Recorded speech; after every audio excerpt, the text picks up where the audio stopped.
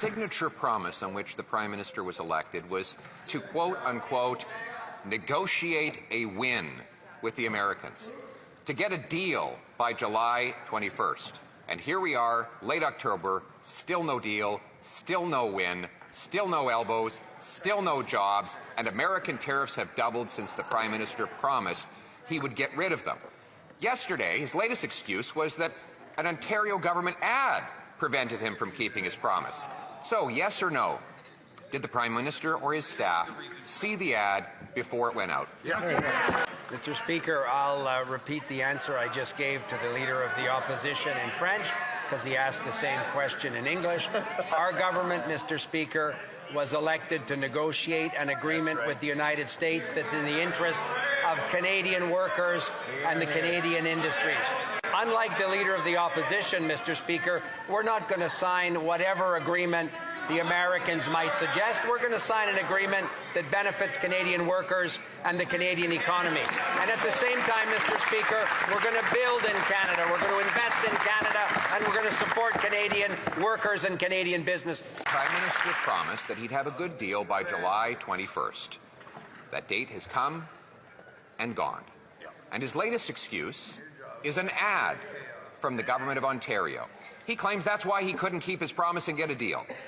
So, yes or no, did the Prime Minister see the ad before it went out?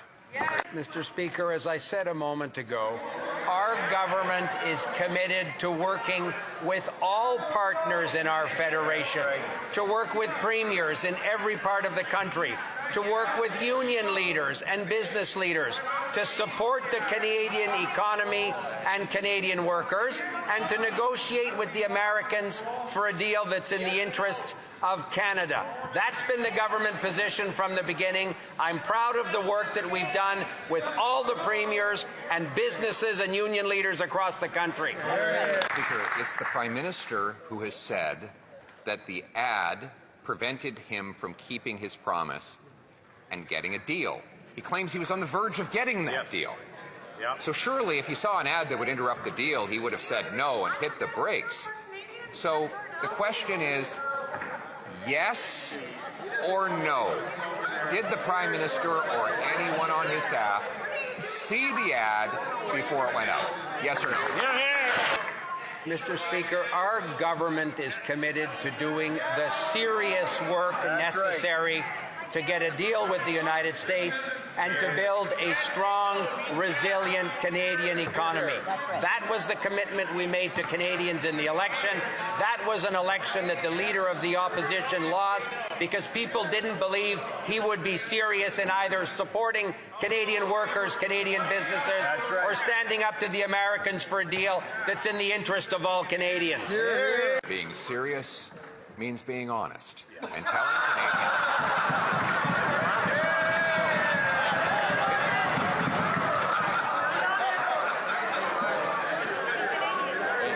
Did the Prime Minister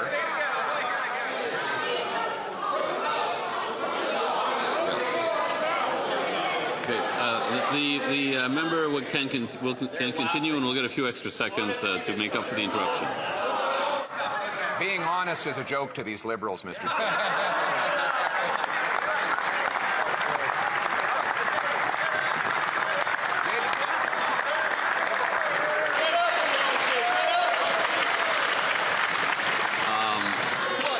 There can't be too many interruptions because I can't afford that much time, but the member could continue. Did the Prime Minister or his staff see the ad before it went out? Yes or no? Mr. Speaker, I can imagine the frustration that the Leader of the Opposition feels when he sees a Prime Minister elected to take this serious economic and sovereignty challenge with all of the seriousness it deserves. That's why Canadians thought the Leader of the Opposition wasn't up to that task.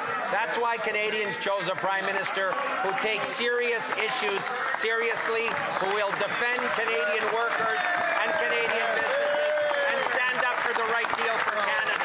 The Prime Minister says the reason he doesn't have a deal is because of an ad.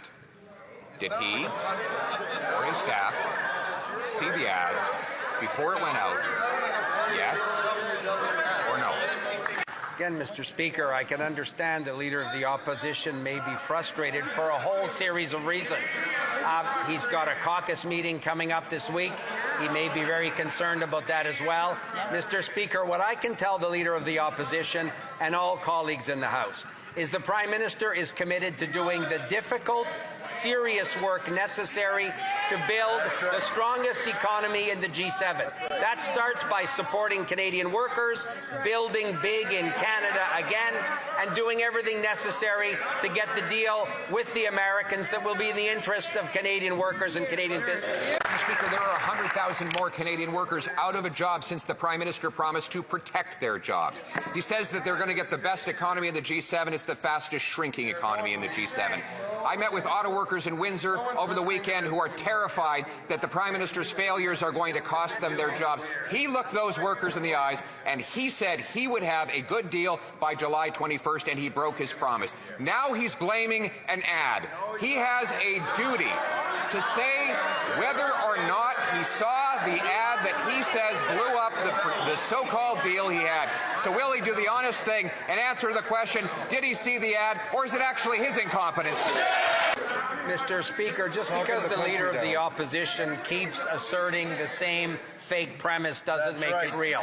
What is real, Mr. Speaker, is the government of Canada can control certain things.